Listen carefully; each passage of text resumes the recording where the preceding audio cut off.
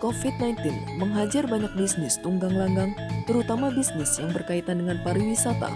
Di sisi lain, tren dunia menuntut bisnis menjadi lebih eco-friendly. Bagaimana Bluebird di Bali bisa bertahan hidup di masa pandemi dan mengembangkan diri menjadi bisnis yang ramah lingkungan? Selama masa pandemi itu adalah masa kami untuk melakukan konsolidasi di internal. Apa yang kami lakukan, peningkatan pendidikan, pelatihan. Kami juga menggandeng beberapa mitra untuk melakukan pendidikan pelatihan. Di internal sendiri juga kami develop training-training yang dikelola sendiri oleh HR kami. Mungkin secara kuantiti tidak bisa mengejar pada saat pandemi, tapi pada saat itu kami sudah komit secara kualitas kami akan terbangun. Ketika Bali sudah mulai dibuka untuk penerbangan internasional, sudah jauh lebih meningkat kondisinya. Terus kemudian mobil operasional kami juga secara bertahap mulai meningkat. Bali secara keseluruhan sih rasanya sudah mulai bangkit ya, menggeliat ya.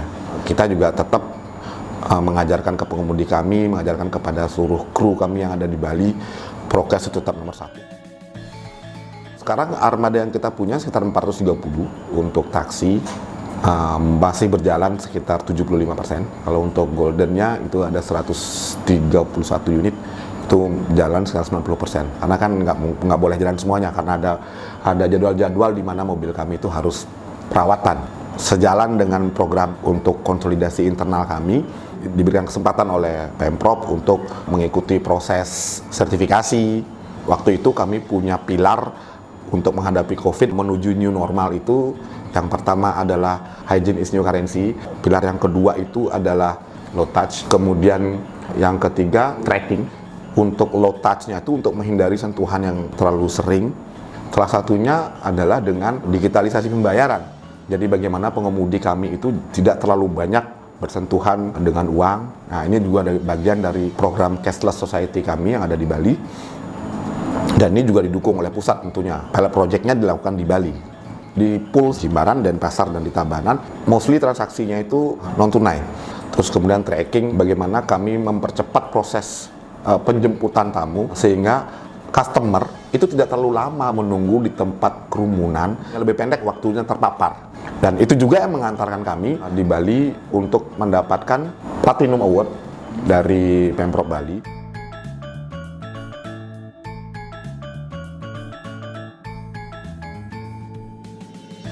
Di Bali sendiri, pemerintah Provinsi Bali kan memiliki kegiatan yang disebut dengan Bali Clean Energy. Sebenarnya kami sendiri di Bluebird Bali dari tahun 2018 sudah membangun konsep itu. Bahwa kami menjadi perusahaan transportasi satu-satunya yang tergabung dalam Signing Blue WWF, di mana kami mengawali kegiatan wisata yang berbasis lingkungan dari kegiatan di internal kami.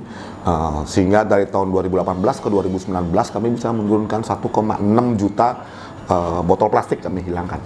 Begitu masuk ada kegiatan G20, rasanya kami lebih mudah untuk mengikuti itu.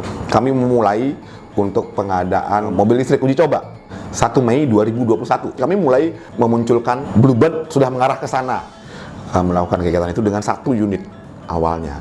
Sampai akhirnya benar-benar G20 itu di depan mata kita, kami sudah mulai menambah. Saat ini ada 5 unit taksi listrik. Terus kemudian mudah-mudahan dalam waktu singkat juga kami bisa menambah lagi sampai 30 unit ya, untuk support kegiatan G20 di Bali.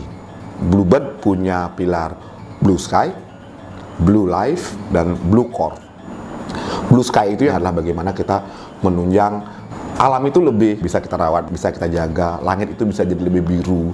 Ya, salah satu aktivitasnya adalah penurunan karbon. Kita juga ada penanaman mangrove di Kalimantan. Blue Life sesuai dengan namanya itu lebih kepada kesejahteraan. Kesejahteraan baik itu ke pengemudi maupun di sekitar kami.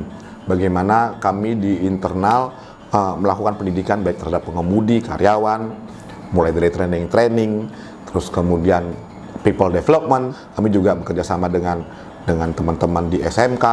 Jadi tim kami mengajar keluar, karena kita juga harus sadari kadang-kadang dunia pendidikan kita tuh tertinggal dengan apa yang terjadi di dunia bisnis.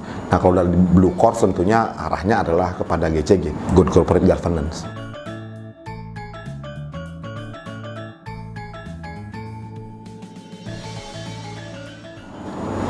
harapan kami ya pemerintah mulai memberikan support, entah itu dalam bentuk subsidi, kalau misalnya kami membeli kendaraan listrik, entah itu nanti bisa konversi penurunan karbon kami bisa nilai berapa gitu. Nah itu bentuk-bentuknya. Karena saya yakin lah pemerintah pasti sudah memikirkan ke arah sana. Apalagi ada pembangunan berkelanjutan sampai dengan tahun 2030 kan. Nah, Bluebird sendiri juga punya komitmen ke situ. Jadi kami punya tagline 50-30. Jadi kami akan menurunkan emisi karbon kami 50% sampai tahun 2030.